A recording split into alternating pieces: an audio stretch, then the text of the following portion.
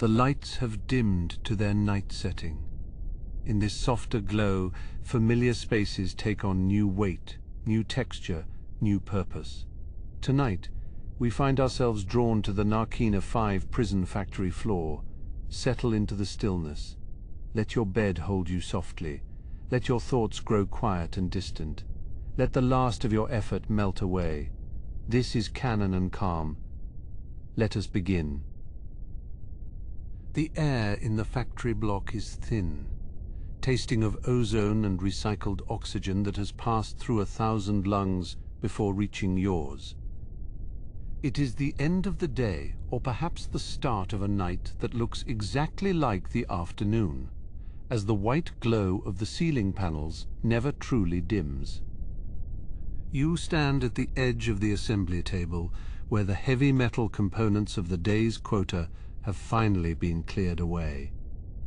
The surface is cold to the touch, a brushed steel that holds the faint, ghostly outlines of the hexagonal plates you have been bolting together for 12 hours. There is a specific kind of silence that settles over Narkina 5 when the machines stop their frantic churning. It is not a true silence, but a layered hum, composed of cooling fans, hydraulic fluid settling in the pipes, and the distant rhythmic clicking of the automated sorters. Your hands are steady now, though the phantom weight of the hydrospanner still lingers in your palms. The skin of your fingertips is worn smooth, polished by the friction of 1,000 bolts and the relentless pursuit of a number that never seems to be enough.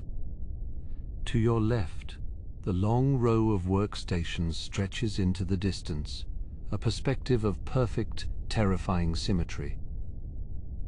Each station is a mirror of the last, a testament to an efficiency that views a man as little more than a biological component in a much larger machine. Below the grating of the floor, you can hear the low, ominous thrum of the power generators. It is a vibration you feel in your marrow, a constant reminder of the floor's potential to turn into a white-hot conductor of Imperial discipline. You take a slow breath, feeling the stillness of the air as it settles in the wake of the shift.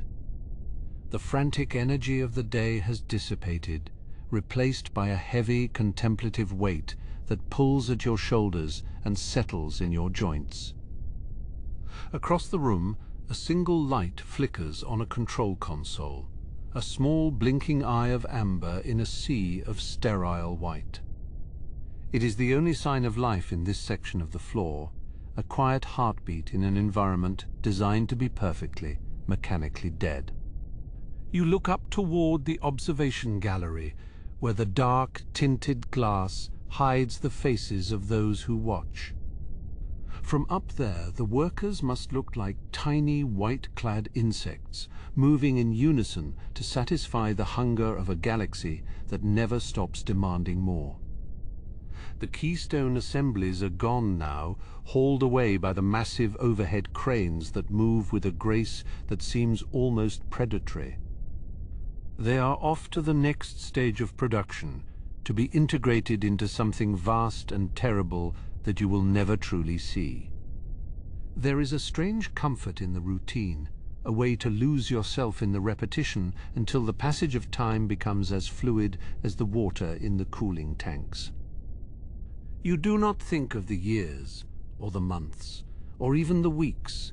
You think only of the next bolt, the next plate, and the next turn of the wrench. The floor beneath your bare feet is smooth, polished by the passage of thousands of men who have walked these same paths in a state of focused, silent labor. You can feel the coldness of the metal through your soles, a grounding sensation that keeps you anchored in the present moment. In the distance, the sound of a heavy blast door closing echoes through the chamber, a dull, metallic boom that vibrates through the walls.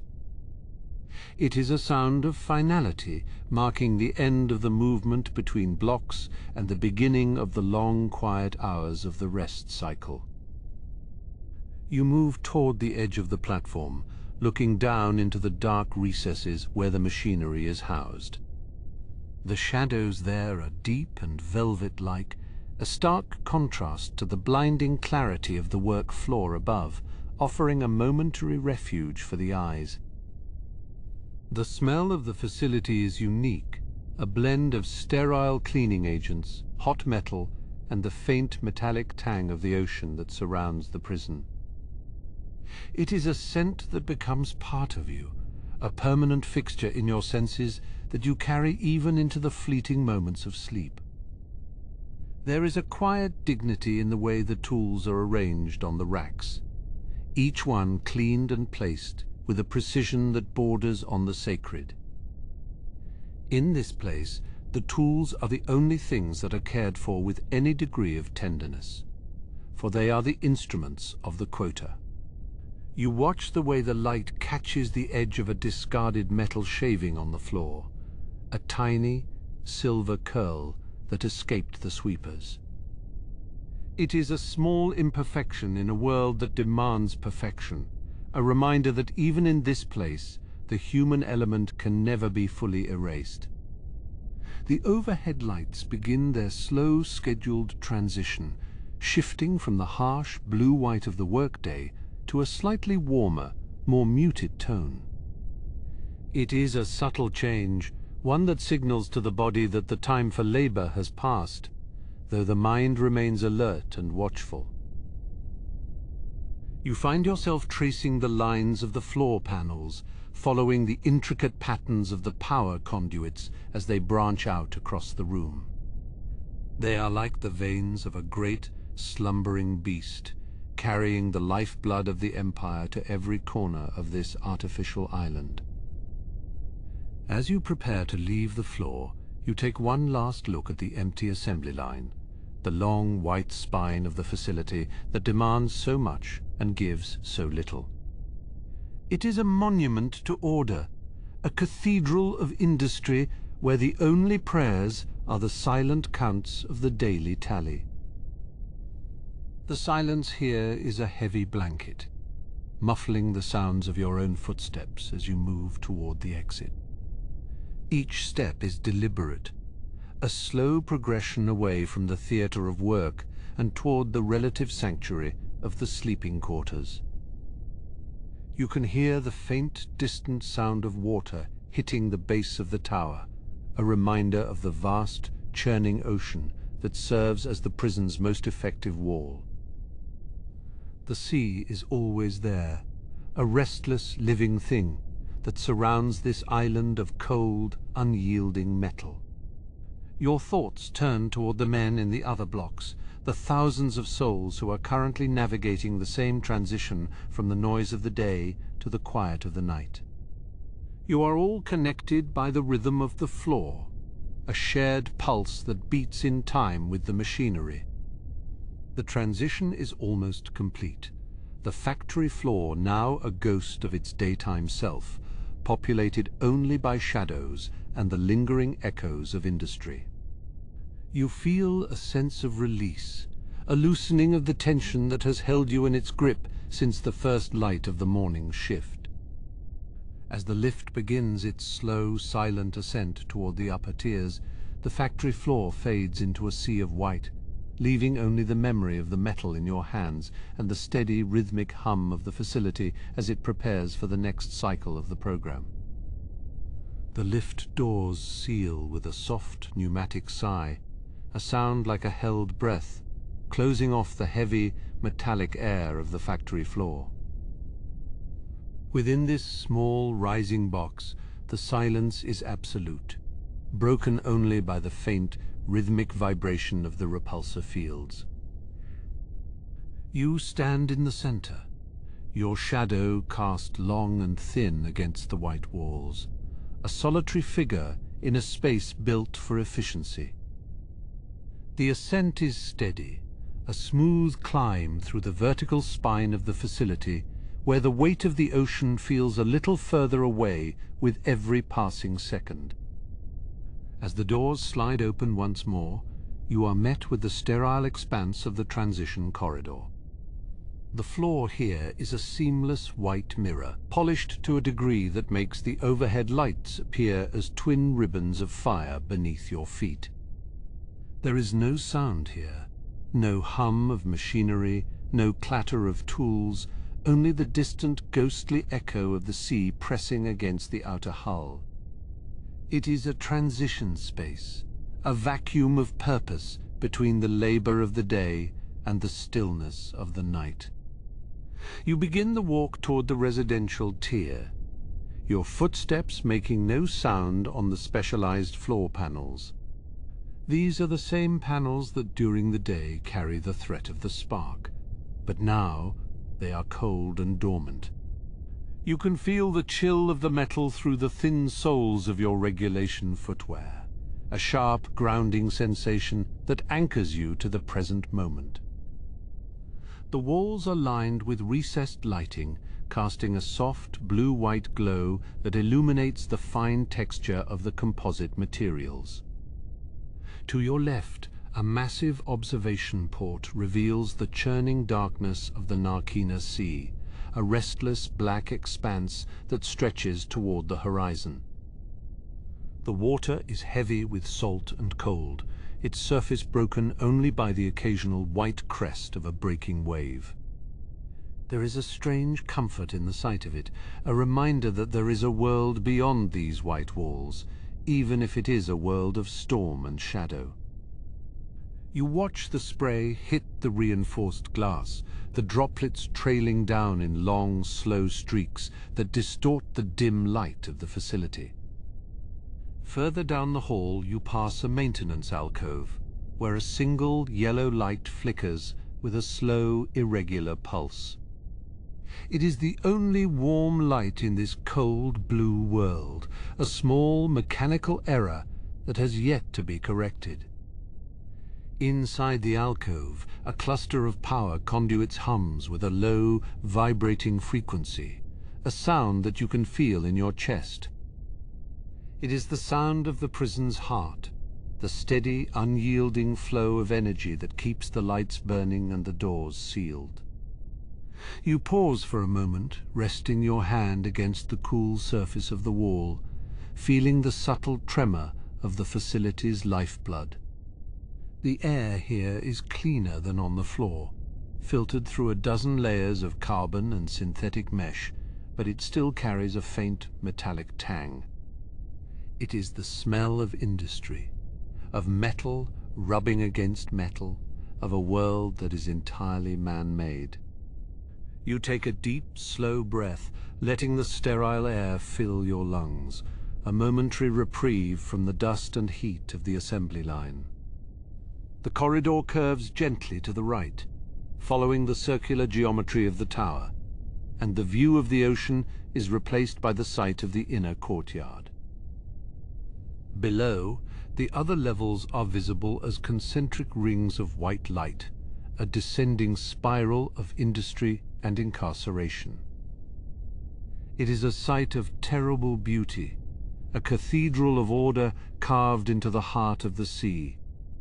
You can see the faint movement of the sentry droids on the lower levels, their red optical sensors tracking back and forth in a slow, hypnotic rhythm. As you continue your walk, you pass a series of heavy hydraulic doors, their seals tight and unyielding. Behind them lie the supply rooms, the armories, and the control centers, the hidden machinery of the Empire that remains forever out of reach. You can hear the faint, muffled sound of a cooling fan spinning behind one of the panels, a high-pitched whir that sounds like a distant insect. It is a small, domestic sound in a place of monumental scale, a reminder of the thousands of small parts that make up this vast machine. The lighting in this section of the corridor is slightly dimmer, the overhead panels spaced further apart to create long stretches of soft shadow. You find yourself moving more slowly, your body responding to the shift in atmosphere, the tension in your shoulders beginning to dissolve. The silence here is not empty. It is full of the weight of the facility, the collective presence of the thousands of men who are currently drifting into sleep. You are all part of the same rhythm, the same slow tidal movement from work to rest. You reach a junction where 3 corridors meet, each one identical to the last, a labyrinth of white and silver. There are no signs here, no directions, only the intuitive knowledge of the path you have walked 1,000 times before. You turn toward the residential bridge, a long, narrow walkway that spans the gap between the central spine and the sleeping quarters. The bridge is enclosed in transparent polymer, offering a panoramic view of the facility's exterior and the dark water below. The wind outside must be howling, for you can see the way the spray is whipped into fine white mist against the pylons. The bridge vibrates slightly in the gusts, a gentle rhythmic swaying that feels like the motion of a ship at sea. You stop in the middle of the bridge, looking out at the distant lights of the other towers, small, flickering stars in the vast black void. They are so far away, yet you know they are filled with the same white corridors, the same heavy silence, and the same tired men. Beneath the bridge, the great intake vents of the facility are visible, glowing with a soft orange light as they draw in the cold sea air. The sound of the air being processed is a deep, resonant thrum, a low-frequency vibration that seems to settle in your bones. It is a soothing sound, a mechanical lullaby that speaks of stability and permanence. This place was built to last, to endure the salt and the storms, a monument to a power that does not sleep. You move off the bridge and back into the solid embrace of the residential tower, where the walls are thicker and the air is warmer. The floor here is covered in a thin layer of grey industrial carpet, a concession to the need for quiet in the sleeping quarters. Your footsteps are even more muffled now, a soft, rhythmic thud that marks your progress down the hall. The walls are lined with small, recessed lockers, each one marked with a long numerical code that you have long since memorized. You pass a communal wash station, the stainless steel basins gleaming under the dim nighttime lighting. A single tap is dripping, a slow, deliberate sound that echoes in the tiled space. 1, 2, 3. You watch the water hit the metal, the ripples spreading out in perfect silver circles before disappearing down the drain. It is a small, quiet moment of entropy, a tiny break in the perfect order of the facility, and you find yourself watching it for a long, meditative minute. The air in the residential tier is heavy with the scent of recycled oxygen and the faint, lingering smell of the evening meal. It is a domestic smell, one that speaks of the end of the day and the beginning of the long, dark hours of rest.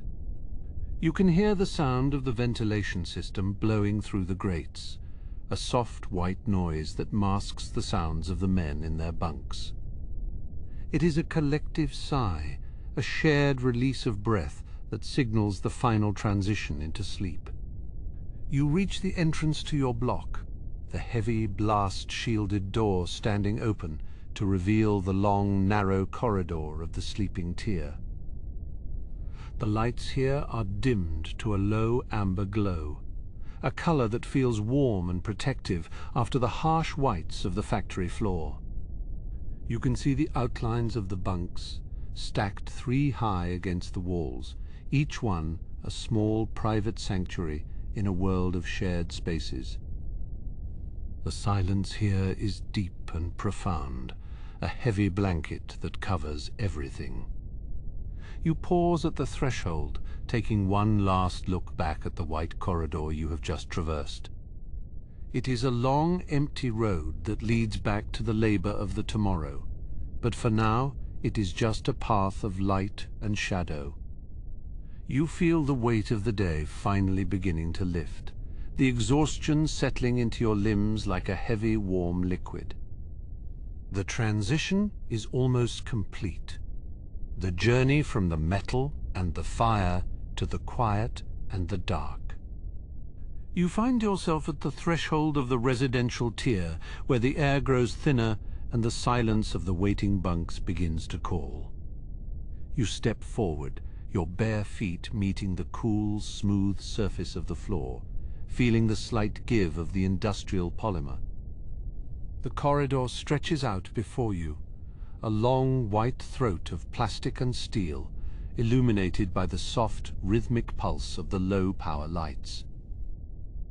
Each step you take is a quiet declaration of presence, a soft, skin-on-polymer sound that seems to travel for miles in the absolute stillness. You can feel the coolness of the floor rising up through your soles, a grounding sensation that anchors you to the present moment. The air is still, yet it carries the faint metallic tang of the ocean outside, a reminder of the vast, salt-heavy world that surrounds this floating fortress. To your left, the wall is a seamless expanse of white, broken only by the occasional recessed panel or a glowing security sensor. You reach out and brush your fingertips against the surface, feeling the subtle grain of the material, a texture designed for durability and cleanliness. It is cold to the touch, a sterile, unyielding cold that speaks of the efficiency of the Empire. There is no warmth here, only the calculated precision of a machine that never tires. You move slowly, allowing your hand to trail along the wall, the friction creating a low, whispering sound that fills the silence of the hall. As you round a gentle curve, the corridor opens up into a small secondary mess area, a space for the night crews and maintenance teams to gather. The long, rectangular tables are made of a heavy grey composite, their surfaces polished to a dull sheen by years of use. They stand in perfect rows, like silent sentinels waiting for a crowd that will not arrive for hours. You can see the faint reflections of the overhead lights on the tabletops, small, distorted pools of white that shimmer as you pass. The chairs are tucked neatly under the tables, their metal frames gleaming in the dim light, a testament to the order that governs every aspect of life on Narkina 5. In the corner of the room, a large industrial hydration unit hums softly, its internal cooling system cycling with a low, vibrating growl. You can hear the sound of the water circulating through the pipes, a liquid gurgle that is both strange and comforting in this world of metal and plastic. A single amber light on the front of the unit blinks slowly, indicating that it is ready for the next shift. You pause for a moment, listening to the rhythm of the machine, the steady mechanical heartbeat of the facility. It is a sound that defines the night, a constant companion in the hours between the labor and the rest. Beyond the mess area, a set of heavy transparisteel windows overlooks the central atrium, a vast, hollow space that drops down into the dark heart of the prison. You stand at the glass, looking out into the void, where the only light comes from the distant glowing walkways of the levels below. The atrium is a cavern of shadow, a place where the scale of the facility becomes truly apparent. You can see the outlines of the massive support pillars, their steel girders reaching up like the ribs of some great mechanical beast. It is a sight that is both awe-inspiring and humbling, a reminder of the power that built this place. The air near the windows is slightly cooler, the chill of the ocean outside seeping through the thick glass. You press your forehead against the transparisteel, feeling the cold transfer to your skin, a sharp, bracing sensation that clears your mind. Below you, the factory floor is a dark, silent plain, the machines and workbenches hidden in the gloom. The only movement is the slow sweeping beam of a security light, a pale white eye that searches the shadows for anything out of place. You watch it for a long minute, mesmerized by its steady, rhythmic motion, a silent guardian of the night. You turn away from the window and continue down the hall, your footsteps echoing softly in the empty space. The corridor narrows here, the walls closing in as you move toward the maintenance access tunnels. The lighting is even dimmer in this section. The overhead panels replaced by small floor-level lights that cast long dramatic shadows across the path.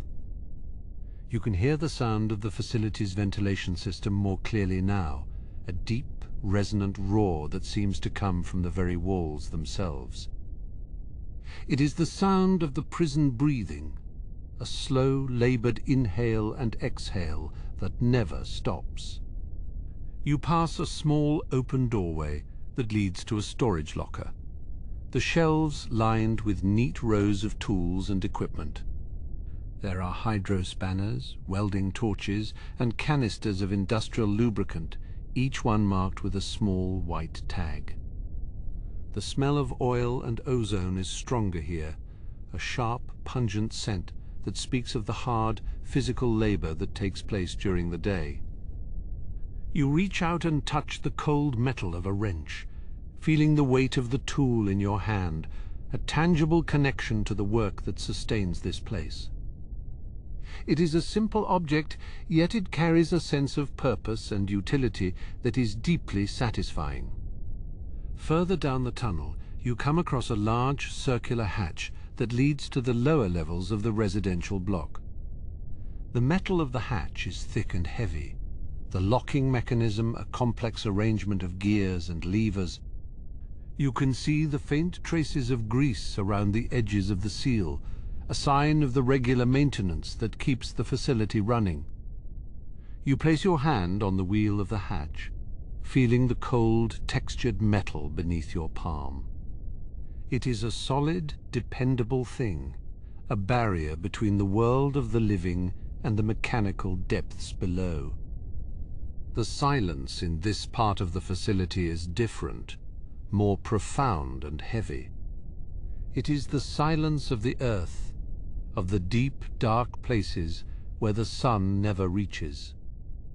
You can feel the weight of the water above you, the millions of tons of ocean pressing down on the hull of the prison. It is a sobering thought, a reminder of the isolation and the scale of the world you inhabit. Yet, in the darkness and the quiet, there is also a sense of peace, a momentary escape from the demands of the quota and the watchful eyes of the guards. You move past the hatch and enter a long, narrow gallery that runs along the outer edge of the residential tier. The walls here are lined with small, recessed alcoves, each one containing a single, glowing terminal. These are the communication hubs, the links between the different sections of the prison. You stop at one of the terminals, watching the lines of green text scroll slowly across the screen. It is a stream of technical data, a list of energy consumption levels and atmospheric pressures, the mundane details of the facility's operation. The soft, rhythmic clicking of the terminal is the only sound in the gallery, a delicate, mechanical music that fills the air. As you walk, you notice a small circular vent in the wall, the metal grate covered in a thin layer of dust. You reach out and wipe it away, the grey powder clinging to your fingertips.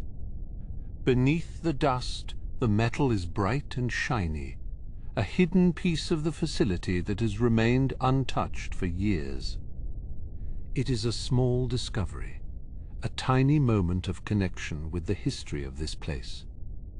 You wonder how many men have walked this path before you, How many pairs of feet have worn the polymer floor to its current sheen? The prison is a place of cycles, a world of repetition and endurance. The air in the gallery is warmer now, the heat from the nearby power conduits radiating through the walls. You can feel the warmth on your skin, a gentle, soothing heat that eases the tension in your muscles. It is a welcome change from the sterile cold of the upper levels, a small comfort in the long, dark hours of the night. You slow your pace, savoring the warmth and the quiet, allowing yourself to be fully present in the moment. The journey through the facility is a journey through a landscape of metal and light, a world that is both familiar and strange. You reach the end of the gallery, where a large, reinforced door leads back to the main residential corridor. The door is heavy and silent, opening with a soft, pneumatic hiss as you approach.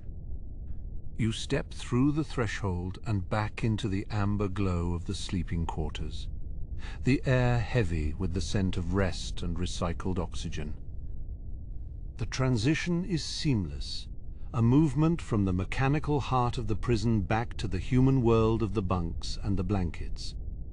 You feel a sense of completion, a closing of the circle as you return to the place where your journey began. The long, narrow corridor of the sleeping tier is exactly as you left it, the lights dimmed to a low, protective glow. You move past the bunks, the soft sounds of breathing and the occasional rustle of a blanket, the only signs of life. It is a collective rest, a shared moment of vulnerability in a world that demands strength.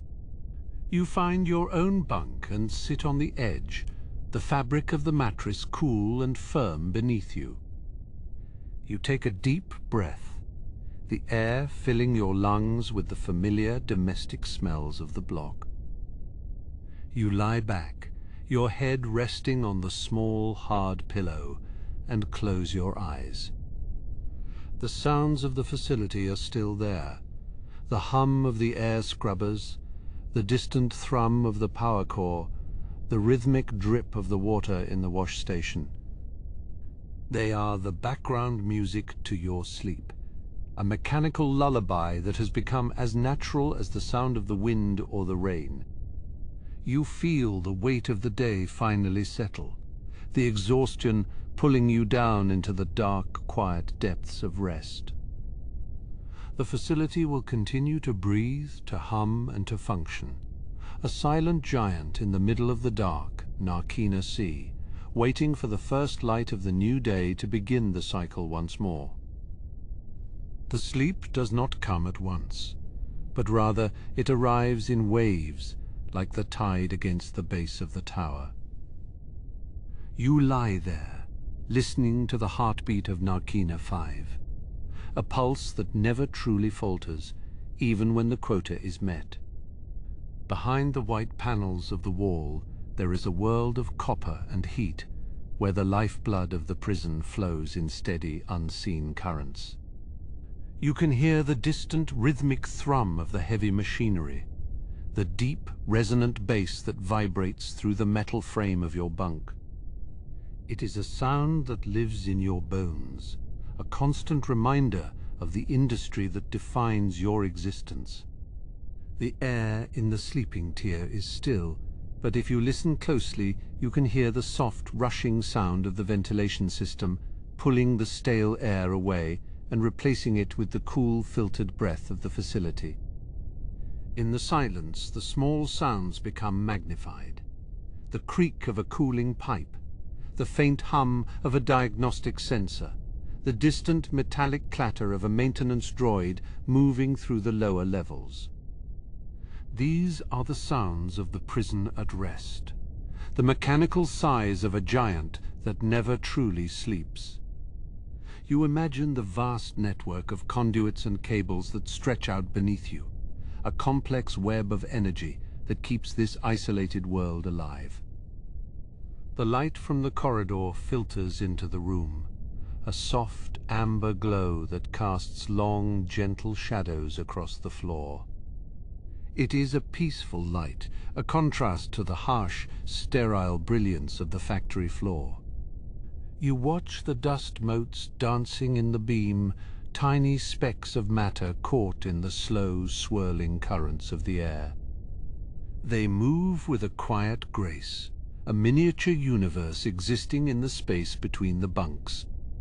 Your mind wanders to the assembly lines, now silent and still, the heavy components waiting for the touch of human hands. You can almost feel the texture of the metal, the cold, smooth surface of the starship parts, the intricate patterns of the circuitry. The work is hard, but there is a strange meditative quality to it, a focus that blocks out the rest of the world and leaves only the task at hand. You think about the men you work with, the silent camaraderie of the shift, the shared effort of meeting the quota. There is a strength in that collective labor, a bond that is forged in the heat and the noise of the factory. Even now, in the quiet of the night, you can feel their presence, the steady rhythm of their breathing, the shared exhaustion that binds you all together. The floor beneath you is a marvel of engineering, a seamless expanse of white polymer that hides the complex systems below. You imagine the electromagnetic coils that power the floor, the silent energy that flows through the metal, ready to deliver a sharp, painful reminder of the prison's authority. But for now, the floor is cold and silent, a neutral surface that supports the weight of your tired body. You shift your position, the fabric of your tunic rustling against the mattress.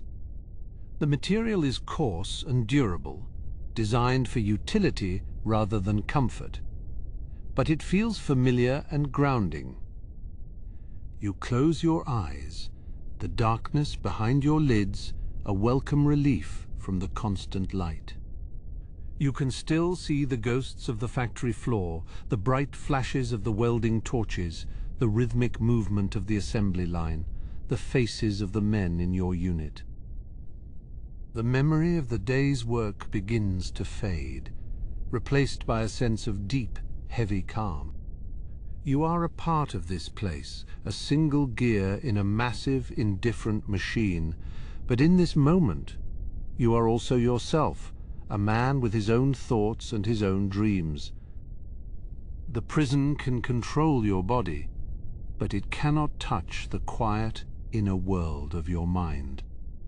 You listen to the sound of the water in the pipes, a soft, gurgling melody that reminds you of the world outside, of rain falling on a distant planet, of rivers flowing through green valleys. It is a soothing sound, a reminder that there is a world beyond these white walls, a world of nature and life that exists independent of the prison's demands. The hum of the facility seems to deepen, a low, vibrating drone that lulls you toward the edge of sleep. It is a mechanical lullaby, a sound that has become as natural to you as the sound of your own heart. You let yourself sink into the sound, allowing it to wash over you, to carry you away from the demands of the day and into the quiet, dark spaces of rest. You think of the cooling vats in the lower levels, the vast, bubbling tanks of liquid nitrogen that keep the heavy machinery from overheating. You can almost feel the cold, the sharp, biting chill of the vapor, the way it clings to the metal and turns the air into a thick white mist. It is a silent, frozen world, a place of extreme temperatures and quiet, powerful forces. The prison is a world of contrasts, of heat and cold, of noise and silence, of light and shadow. You have learned to navigate these extremes, to find the small, quiet spaces where you can be yourself, where you can breathe and reflect. The night shift is one of those spaces, a time of transition and rest, a time to prepare for the challenges of the new day. You feel a sense of gratitude for this moment of peace, for the quiet of the room and the softness of the light. It is a small thing, but in a place like Narkina 5, small things are everything. You take another deep breath, the air cool and clean in your lungs, and feel the last of the day's tension melt away. The facility continues its slow, rhythmic breathing, the hum of the air scrubbers, the distant thrum of the power core, the soft metallic sounds of the maintenance droids. It is a symphony of industry, a mechanical landscape that is both beautiful and terrifying. You are a part of this landscape, a witness to its power and its indifference. You imagine the stars outside, the vast empty reaches of space that surround this lonely prison. You are so far from everything you know, but in the quiet of the night you feel a sense of connection to the universe, a realization that you're a part of something much larger than yourself. The prison is just a small point in the darkness, a tiny speck of light in the middle of the void. The darkness behind your eyes is deep and inviting, a place where you can lose yourself and find peace. You let yourself drift, the boundaries of your body beginning to blur, the sounds of the facility fading into a soft, distant murmur. You are falling slowly and gently into the quiet, dark depths of sleep. The transition is seamless, a movement from the world of the living to the world of dreams. You are no longer a prisoner, no longer a worker, no longer a gear in a machine. You are free, a silent traveler in the vast internal landscape of your mind, exploring the memories and the possibilities that lie within. The hum of Narkina 5 remains a constant grounding presence, but it is no longer a demand or a threat. It is simply the sound of the world, the background music to your rest, a steady, reliable pulse that will be there when you wake. You surrender to the darkness, allowing yourself to be carried away by the tide of sleep. The night is long, and the work will begin again soon, but for now, there is only the quiet, the warmth, and the deep, heavy peace of the sleeping tier. The facility will continue to function, to breathe, and to wait, its massive, silent heart beating in the darkness of the Narkina Sea as the first faint glimmer of the new day begins to stir in the distance. The heavy, clinical silence of the factory floor is a different kind of weight than the slumber of the tiers, a hollow, echoing stillness that settles over the white metal and the cold, unyielding machinery. Here, in the heart of Level 5, the air is thick with the scent of ozone and the lingering heat of 1,000 industrial welds, cooling slowly in the artificial twilight. You can hear the floor panels clicking, a rhythmic, metallic contraction as the heat dissipates into the substructure, a sound like a heartbeat that has slowed to a crawl. The vast, vaulted ceiling remains a pale, glowing expanse, but the intensity has been dialed back, casting long, soft shadows across the assembly stations where the day's quota was met. Each workstation stands like a silent sentinel, a testament to the hours of rhythmic, desperate labor that define this place, now empty and strangely peaceful. You notice the way the light catches on the polished surfaces of the heavy wrenches and the pneumatic drivers, laid out in precise, mandatory order on the white benches. There is a strange beauty in this order, a mechanical grace that exists only when the frantic energy of the shift has been drained away. The hum of the facility is deeper here, a low-frequency vibration that you feel in the soles of your feet, the sound of the massive turbines far below, churning the dark waters of the Narkina Sea. As you walk along the perimeter walkway, Your footsteps are muffled by the thick, industrial coating of the floor, a soft, rhythmic thud that punctuates the silence. You look down at the massive components, the intricate, multi-pronged assemblies that will one day become part of something far larger and more terrible than any single man can imagine. They sit in their cradles, cold and silver, reflecting the dim light like strange mechanical jewels, waiting for the hands that will return to them with the coming of the new shift. The scale of the work is overwhelming. A vast puzzle of steel and circuitry that stretches out into the darkness of the far corners of the room. In the distance, a maintenance droid glides silently across the floor, its single glowing eye scanning the surfaces for any sign of wear or imperfection. It moves with a fluid, haunting precision, a ghost in the machine that cares nothing for the men who toil here, only for the integrity of the output. The sound of its repulsors is a faint, ethereal whistle, a high-pitched note that hangs in the air for a moment before fading into the ambient drone of the ventilation system. You watch it for a time, mesmerized by its steady, unhurried progress, a reminder that the facility never truly sleeps, even when the workers do. You reach the edge of the assembly area, where the floor drops away into a deep, shadowed trench filled with thick, black conduits and bundles of fiber optic cables.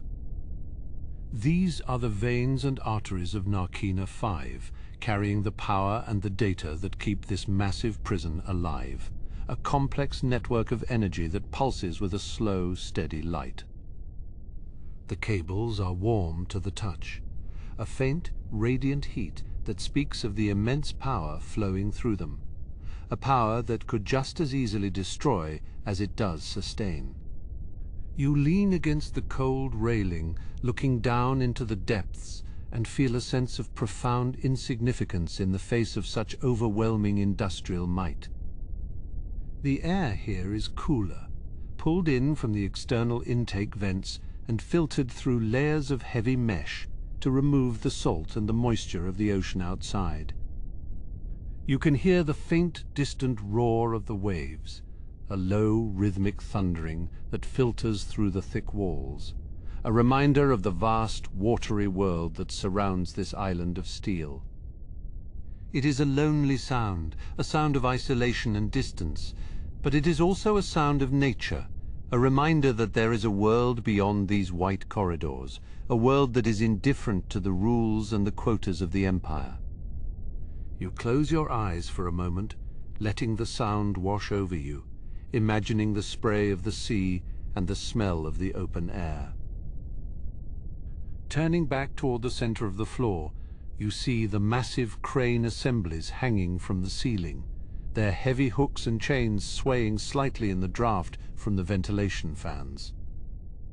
They look like the skeletons of great beasts, suspended in the air, waiting for the signal to descend and begin their heavy lifting once again. The chains clink softly, a delicate musical sound that seems out of place in this harsh industrial environment, a small silver melody in the midst of the silence. You find yourself counting the seconds between the sounds, a slow, meditative rhythm that clears your mind and focuses your thoughts on the present moment. There is a sense of timelessness here, a feeling that the factory has always existed and will always exist, a permanent fixture in the landscape of the galaxy. The white walls and the silver machines are a constant, a fixed point in a universe of change and uncertainty, a place where the only thing that matters is the work and the quota. But in the quiet of the night, you can see the cracks in the perfection, the small scratches on the metal, the faint stains on the floor, the signs of wear and tear that tell the story of the thousands of men who have passed through this place. Every mark is a memory, a silent record of a life spent in the service of the machine. You move toward the control station at the end of the line, a raised platform where the overseers stand during the shift, their eyes always watching, always judging. Now, the platform is empty. The monitors dark and silent, the controls locked behind thick plates of transparasteel. You stand there for a moment, looking out over the floor from their perspective, seeing the geometric precision of the workstations and the long, straight lines of the assembly paths. It is a view of total control, a perspective that reduces the men to numbers and the work to a series of mechanical steps, a cold and calculated vision of order. From this height, the floor looks like a vast, frozen sea, the white light reflecting off the polished surfaces like moonlight on ice. The silence is even deeper here, a heavy, oppressive blanket that seems to stifle even the hum of the machinery, a silence that demands respect and attention. You feel like an intruder in this space, a witness to a secret world that exists only when the lights are low and the people are gone. It is a world of shadows and reflections, a world where the machines are the only inhabitants and the air is filled with the ghosts of the day's labor. You descend the stairs, your hand sliding along the cold, smooth railing, and return to the level of the floor where the scale of the machinery feels more immediate and more imposing. You pass by a stack of finished components, crated and ready for transport, their serial numbers etched in crisp black characters on the side of the metal containers. They are destined for a world you will never see, to become part of a project you will never understand, a small piece of a vast and terrifying whole. You wonder where they will go, and what they will become, and if the men who built them will ever be remembered for their work. The night continues its slow, steady march, the time measured not by the ticking of a clock, but by the subtle changes in the light and the sound of the facility. You find a small, out-of-the-way corner where a stack of empty crates provides a modicum of shelter and a place to sit for a moment. The metal is cold against your back, but the stillness is welcome, a chance to simply be without the pressure of the quota or the watchful eyes of the guards. You watch the dust motes dancing in a stray beam of light, a tiny, chaotic ballet in the midst of the mechanical order, a reminder of the small and fragile things that still exist in this place. Your thoughts drift back to the men in the sleeping tiers, to the quiet breathing and the soft murmurs of their dreams, and you feel a sense of connection to them, a shared experience of labor and endurance. You are all part of the same machine, all gears in the same clockwork, but in the quiet of the night, you are also individuals with your own thoughts and your own memories. The factory floor is a place of work, but it is also a place of reflection, a space where the mind can wander even when the body is confined. You take a slow, deep breath, the air tasting of metal and cold, and feel the tension in your shoulders begin to ease. In the distance you hear a soft, rhythmic thumping, a sound that you recognize as the heavy doors of the loading bay cycling, open and shut. It is a distant, muffled sound, but it carries through the structure of the building a reminder that the facility is part of a larger network of transport and logistics. Somewhere out there, ships are landing and taking off, carrying the fruits of your labor to the far reaches of the galaxy, a constant flow of material and energy that never stops. The thought of the vastness of the Empire is daunting, a weight that sits heavy on your chest, but in this moment it is also a distant and abstract concept. Here, in the quiet of Narkina 5, the world is reduced to the white walls and the silver machines, to the hum of the turbines and the scent of the ozone. It is a small and contained world, a world of routine and repetition, but it is also a world of quiet beauty and unexpected peace. You watch as the maintenance droid completes its circuit and disappears into a small, recessed alcove, its light fading into the darkness. The floor is once again empty, a vast and silent landscape of steel and light, waiting for the first signs of the coming day. You stand up and begin the long walk back toward the access corridors, your footsteps echoing in the stillness, a solitary sound in the vastness of the room. The air seems to grow warmer as you move away from the intake vents, the heat of the facility wrapping around you like a heavy industrial blanket. You pass through the rows of workstations one last time, your eyes tracing the familiar shapes and the well-worn surfaces, a silent goodbye to the machines that define your life. The work will begin again soon, the noise and the heat and the pressure of the quota, but for now, there is only the quiet. As you reach the heavy blast doors that lead back to the living quarters, you take one last look at the factory floor, a vast white expanse of order and industry.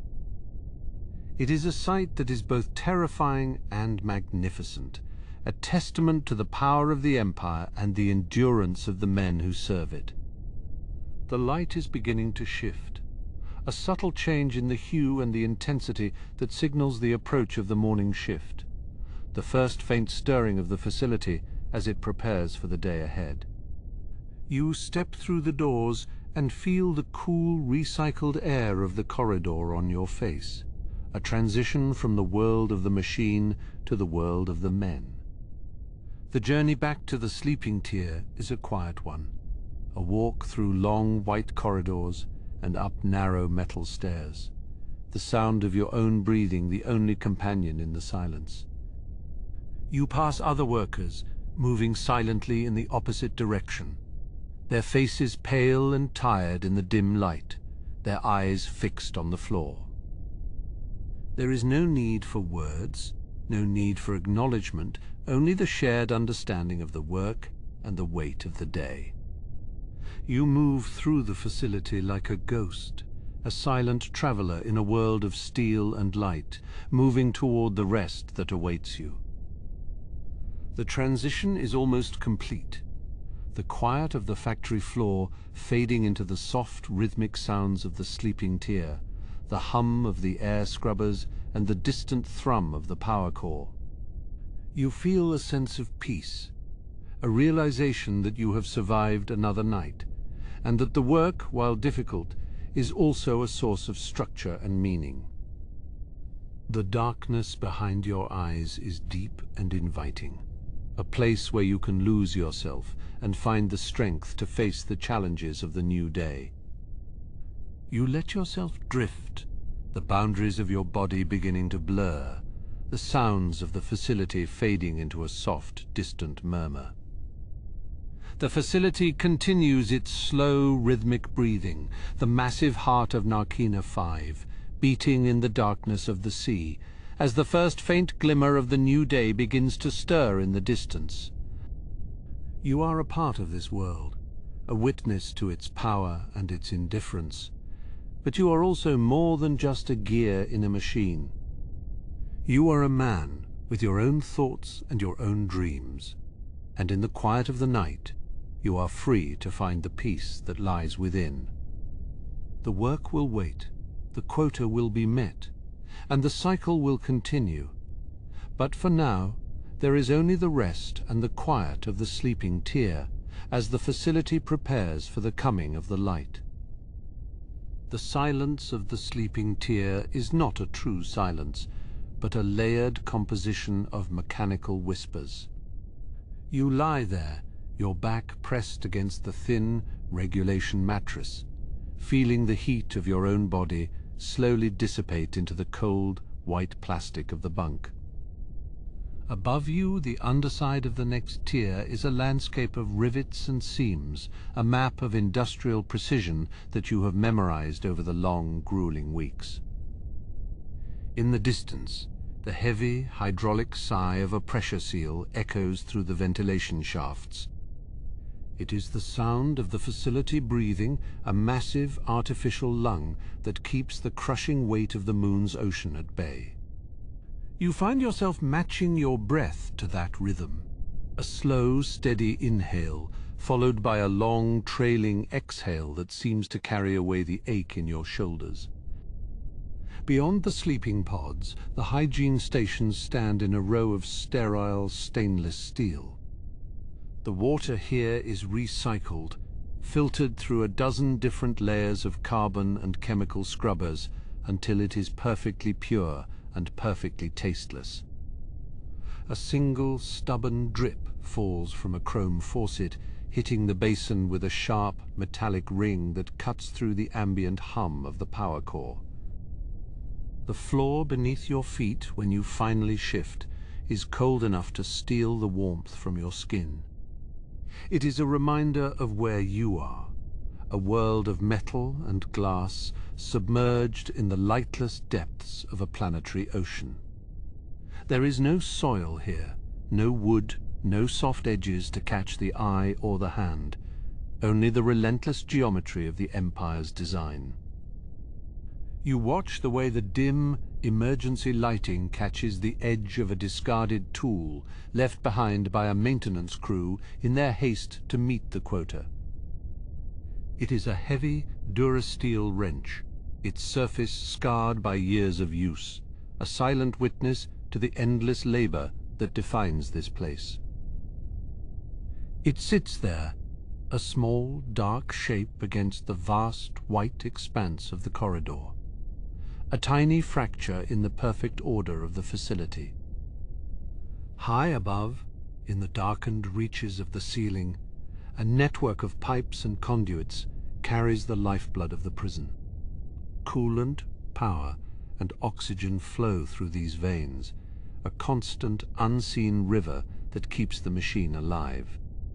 You can hear the faint, high-pitched whine of the electricity, a sound so constant that it has become a part of the silence itself, a vibration that lives in the marrow of your bones. In the corner of the room, a small, automated cleaning droid moves with a soft, whirring sound. It is a simple machine programmed to scrub the floors and polish the surfaces, moving in a slow, methodical pattern that never varies. Its single red sensor eye sweeps across the room, a tiny glowing spark in the darkness, looking for a speck of dust or a smudge of grease that does not belong. The air feels thinner here, as if the facility itself is holding its breath, waiting for the next shift to begin. You think of the millions of gallons of water pressing against the hull, a weight so immense that it is impossible to truly comprehend. It is a silent, patient force, always there, always waiting for a single tiny weakness in the steel and the stone. You trace the line of a seam in the wall, the metal cool and smooth beneath your fingertips. It is a solid, dependable feeling, a reminder that for all its cruelty, the facility is a masterpiece of engineering. Every bolt, every weld, every circuit has been designed to withstand the pressure of the deep, a testament to the power and the reach of the Imperial machine. Somewhere in the distance, a lift moves between levels, a low, grinding sound that vibrates through the walls. It is a slow, ponderous movement, the sound of heavy machinery working against the pull of gravity. You imagine the empty cages rising and falling, a constant cycle of movement that never truly stops, even when the men are at rest. The light in the corridor shifts, a subtle change in the hue as the secondary power grid cycles through its nightly diagnostics. For a moment the world is bathed in a soft, amber glow, casting long dancing shadows across the floor. It is a brief, flickering beauty, a momentary departure from the stark white light that usually defines your world. You think of the components you assembled today, the heavy metallic parts that fit together with a satisfying click. You do not know what they are for or where they are going, only that they must be perfect. Each one is a small piece of a much larger puzzle, a tiny contribution to a machine that spans the entire galaxy, a machine that you are now a part of. The smell of the facility is a constant companion, a mixture of ozone, cleaning fluid, and the faint metallic scent of the ocean. It is a clean, sterile smell, devoid of the scents of the natural world, the smell of earth and rain and growing things. It is the smell of industry, of progress, and of the price that must be paid for order. You watch a small bubble of air rise through a transparent pipe, a tiny silver sphere that dances in the light. It moves with a frantic, erratic energy, a small living thing in a world of static metal. It is a reminder that even here, in the heart of the machine, there is movement and life, however small and fleeting it may be. The walls of the sleeping tier are thick, designed to muffle the sounds of the facility and provide a measure of privacy for the men. But you can still hear the distant, rhythmic thumping of the great turbines, the massive engines that power the prison and keep the water at bay. It is a heartbeat, a slow, steady pulse that reminds you that the facility is alive, a great sleeping beast in the darkness of the sea. You close your eyes and let the sounds of the facility wash over you, a symphony of mechanical noises that have become as familiar as your own heartbeat. The hum of the air scrubbers, the whine of the power conduits, the distant groan of the hull, they are all part of the same great song, a song of labor and endurance. In the darkness, the boundaries of your body seem to blur, and you feel yourself becoming a part of the facility itself. You are a gear in the machine, a small but vital part of a much larger whole. It is a strange, comforting thought, a realization that you are not alone, but a part of something vast and powerful. The light begins to fade, the amber glow of the diagnostics replaced by the soft blue light of the night cycle. It is a quiet, peaceful time, a time for reflection and for rest. You feel the weight of the day slowly lifting, the tension in your muscles beginning to dissolve into the cool, recycled air. You think of the men in the other pods, their breathing slow and steady in the darkness. You are all part of the same story, a story of survival and of the strength of the human spirit. In the quiet of the night, the differences between you disappear, and you are simply men, bound together by the work and the weight of the world. The facility continues its slow, rhythmic breathing, the massive heart of Narkina 5 beating in the darkness of the sea. You are a witness to its power, a silent observer of its secrets, and as the darkness deepens, you find yourself moving toward a deeper understanding of the world you now inhabit. The silence of the factory floor is never truly absolute, but during these hours it carries a different weight. The frantic, metallic clatter of the shift has dissolved, leaving behind a low, resonant thrum that vibrates through the soles of your bare feet. It is the sound of the ocean, millions of tons of water pressing against the reinforced hull, held back by the engineering might of the Empire. You can feel that pressure in your chest, a steady, rhythmic reminder of the world beyond these white, sterile walls. The floor beneath you is cool. The white ceramic tiles, polished to a mirror finish by the automated cleaning cycles. In the dim blue light of the night watch, the tiles look like a frozen lake, reflecting the overhead gantries and the dormant machinery above.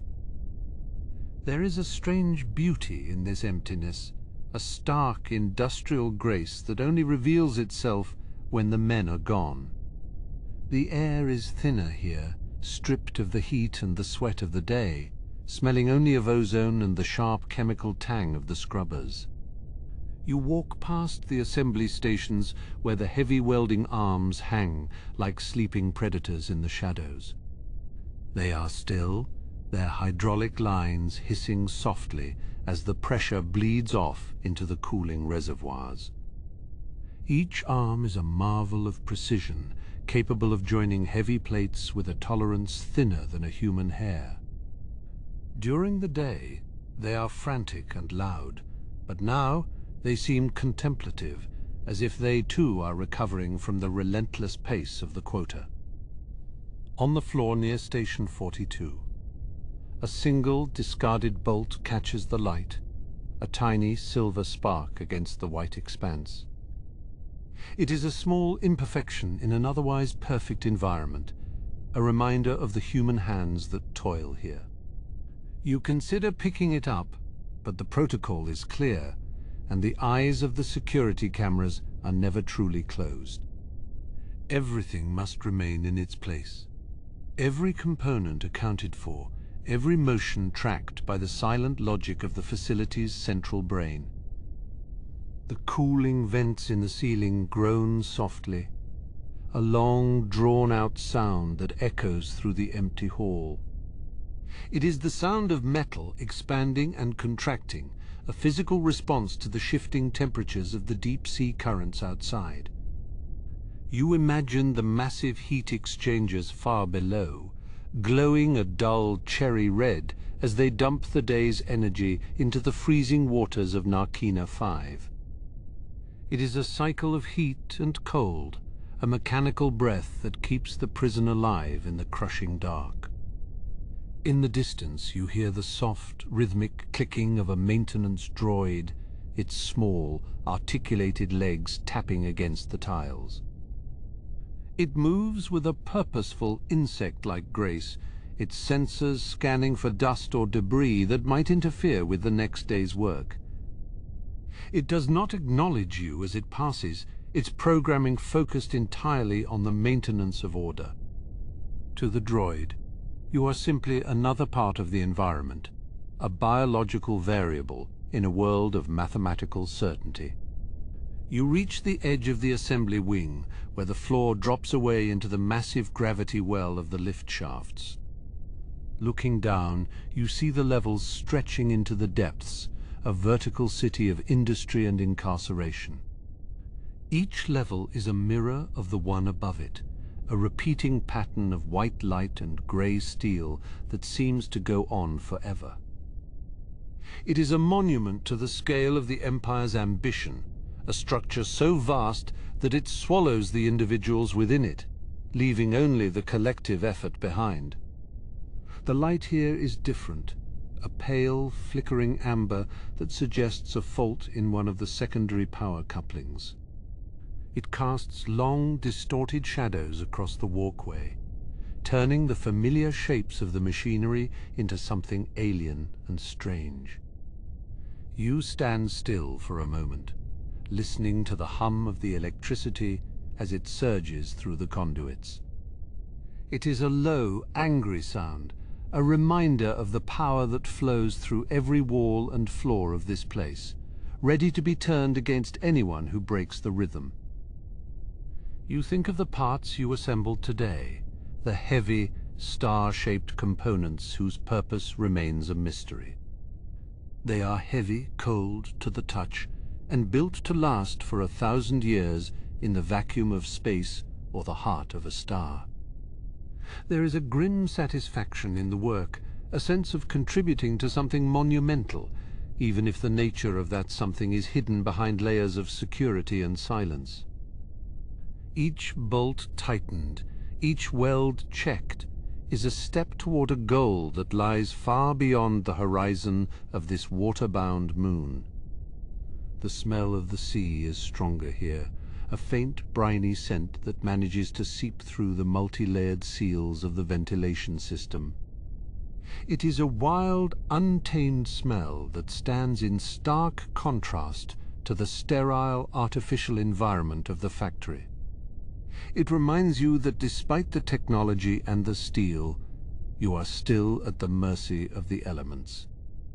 The ocean is a patient observer, waiting for the smallest crack, the tiniest failure in the machine, to reclaim the space that was stolen from it.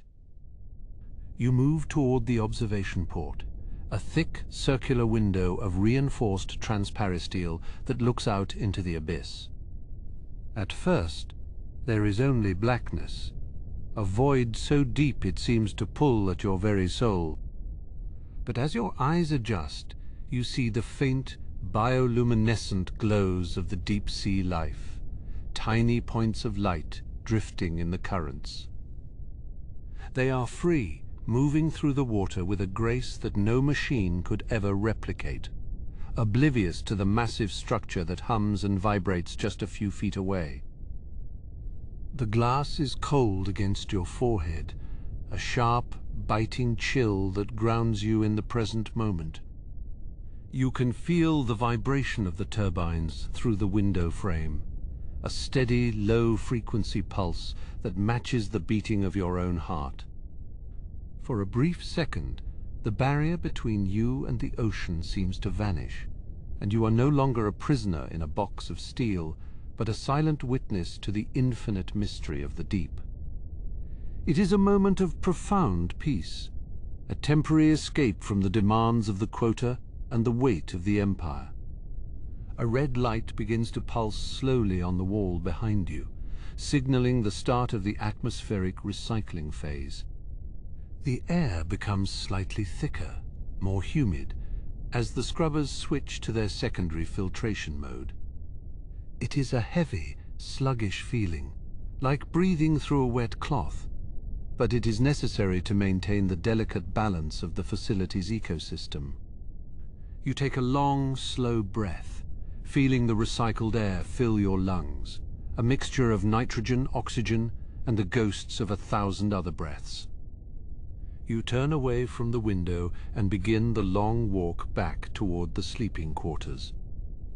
The factory floor seems even larger now, a vast, echoing cathedral of industry that dwarfs the men who inhabit it. The shadows have grown longer, stretching out across the tiles, like reaching fingers. You move quietly, your footsteps making no sound on the polished surface, a ghost in the machine of Narkina 5. The facility is settling into its own version of sleep, a state of low-power readiness that will last until the morning bell rings. As you pass the tool racks, you notice the way they are organized, every wrench and driver aligned with obsessive precision. It is the hallmark of the Empire, this need for total control over even the smallest details. There is no room for chaos here, no space for the unpredictable or the spontaneous. Everything is calculated, measured, and filed away, a perfect system that operates with the cold, unfeeling logic of a starship's computer. You find yourself reflecting on the nature of the work, the way the repetitive motions of the day become a form of meditation. In the heat of the shift, there is no time for thought, only for the rhythm of the task. But now in the quiet, those thoughts return, unbidden and persistent. You wonder about the men who built this place, the engineers who designed the seals and the architects who mapped out the tiers. Did they feel the same weight of the ocean, the same crushing pressure of the silence? The corridor leading back to the sleeping pods is narrow and brightly lit, a stark contrast to the shadows of the factory floor. The light is a harsh, unforgiving white that bleeds the color from everything it touches. It is designed to keep the prisoners disoriented, to prevent the mind from finding a place to rest, even when the body is exhausted. But you have learned to find the quiet spots, the micro-pauses in the light's intensity, where you can steal a moment of genuine stillness. You pass a series of monitoring stations, their screens glowing with a steady stream of data. Pressure readings, oxygen levels, power consumption, the lifeblood of the facility rendered in glowing green lines and scrolling text. It is a language you have come to understand, a shorthand for the health of the world you now inhabit. As long as the lines remain steady, as long as the numbers stay within their assigned ranges, the machine will continue to hum, and the ocean will remain on the other side of the glass. The shift of the tides outside the hull marks the passage of the deepest hours as the facility prepares for the final transition toward the morning bell. The air in the transition corridor is cooler, a sharp, artificial chill that bites at the skin and carries the faint, metallic tang of ozone. You feel the fatigue now, a heavy, leaden weight that has settled deep into your marrow and makes every movement feel like a deliberate act of will. It is the kind of tiredness that transcends the physical, a weariness of the soul that comes from the relentless rhythmic repetition of the day. Every joint, every muscle speaks of the thousands of movements performed under the watchful eyes of the guards and the silent, pulsing floor. You reach the final checkpoint, the heavy blast doors standing open like the mouth of a great sleeping beast, waiting to swallow the last of the shift. Beyond these doors lies the dormitory, a place of forced community and shared silence, where the only sound is the low hum of the ventilation system. The floor here is the same sterile white as the factory, but it feels different, less like a workspace and more like a waiting room for the exhausted. You walk past the rows of bunks, each one a small, rectangular island in a sea of grey shadow, where men seek refuge from the light. The breathing of the men around you is a rhythmic, collective sound, a soft tide of air that fills the room with a fragile sense of life. It is the only sign of humanity in this cold, metallic world, a reminder that despite the Empire's reach, the human spirit persists in the quiet. You find your assigned bunk, the metal frame cold against your palm as you steady yourself, and prepare for the final transition of the night.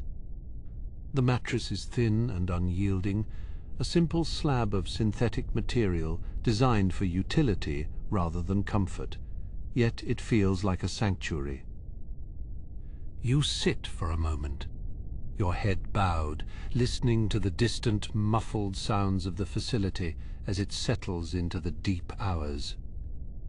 There is a faint, rhythmic thumping from somewhere below, the sound of the massive water pumps laboring to keep the ocean at bay. It is a comforting sound in its way, a heartbeat for the prison, a sign that the structural integrity of your world remains intact. Your hands are calloused, the skin rough and stained from the day's labor, a map of the work you have performed. You trace the lines of your palms, thinking of the components you assembled, the complex geometries of metal that will eventually find their way into the belly of some distant starship. You will never see the finished product, never know the purpose of the things you create, and there is a strange, hollow peace in that realization. You are a single gear in a machine of infinite scale, a tiny part of a grand, terrible design that stretches across the stars. The anonymity of the work is both a burden and a shield, allowing you to disappear into the routine and lose yourself in the movement. As you lie back, the overhead lights begin their final dimming cycle, shifting from the harsh, unforgiving white to a soft, bruised purple. This is the only time the facility feels gentle, the transition to the sleep cycle providing a brief, artificial twilight that eases the mind. You watch the shadows shift on the ceiling, the patterns of light and dark creating fleeting, abstract shapes that dance in the corner of your eye. The silence of the dormitory is not absolute. It is filled with the small human sounds of men shifting in their sleep and the occasional muffled cough. It is a shared vulnerability, a moment where the barriers between you and the others are thinned, and the weight of the prison is shared. In the darkness, the memories of the world outside feel like distant, fading echoes, fragments of a dream that you can no longer quite grasp. You think of the sky on a different world, the way the clouds look when they are lit by a setting sun, and the smell of rain on dry earth. These thoughts are precious, small treasures you keep hidden in the quiet corners of your mind, away from the prying eyes of the guards. They are the things the Empire cannot take, the internal landscapes that remain yours alone, even in the heart of Narkina 5. You hold on to them as you drift closer to sleep, letting the images wash over you like the tide, and soothe the ache in your bones. The facility seems to breathe with you now, the hum of the power grid and the rush of the air vents syncing with your own slow, steady respirations. You are part of the architecture, a living component of the prison's vast, unfeeling anatomy, and for now, that is enough. There is no more work to be done, no more quotas to meet, only the long, dark stretch of the night and the promise of rest. The pressure of the ocean outside is a constant, a reminder of the fragility of your existence. But it is also a blanket that wraps the facility in a cold, silent embrace. You are safe within the hull, protected from the crushing depths by the very walls that hold you captive. Your eyes grow heavy, the pull of sleep becoming irresistible, a dark, welcoming current that draws you down into the depths of unconsciousness. The last thing you see is the faint green glow of the status indicator on the wall, a tiny pulsing light that marks the passage of time. It is a steady, reassuring beat, a digital pulse that tells you the world is still turning, and the machines are still running. You let out a long, slow breath, feeling the tension drain from your body, and the last of the day's worries fade into the shadows. The cycle is nearly complete. The work is finished, and the silence is your reward for another day survived. You sink deeper into the mattress, the boundaries of your body blurring as you merge with the quiet of the room and the stillness of the night. The thoughts of the morning bell, the electrified floors, and the endless assembly lines are pushed aside, replaced by a profound, empty peace. There is only the darkness now, a vast, starless expanse that stretches out before you, inviting you to let go and simply be. You are no longer a prisoner, no longer a laborer. You are a soul at rest in the heart of a sleeping giant. The ocean outside continues its eternal movement, the waves crashing against the unseen shores of the moon. But in here, all is still. The final moments of wakefulness are a gentle drift, a slow descent into the quietude that precedes the dawn of a new shift. You feel the weight of the facility above you, the thousands of tons of steel and stone, but it no longer feels like a burden. It is a shield, a cocoon that protects you from the chaos of the galaxy and provides a strange, structured kind of peace. As the last of your consciousness fades, you carry with you the rhythm of the machines, the song of the ventilation, and the steady, silent pulse of the deep water. The transition is complete. The world of the factory floor is gone, and the long, dreamless sleep of Narkina 5 begins to take hold of your mind.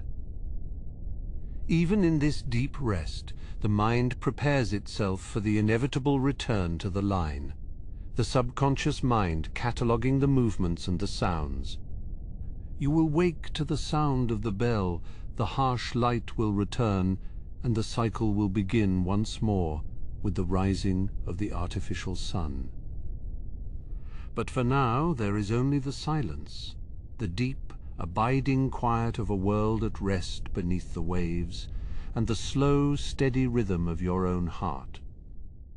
You are part of the machine, and the machine is part of you, a symbiotic relationship forged in the heat of the factory and the cold of the night. The shadows are deep, the air is still, and the journey through the darkness is the only path that leads back to the light of the coming day labor. Thank you for spending this evening with me. Until next time on Canon and Calm, sleep well.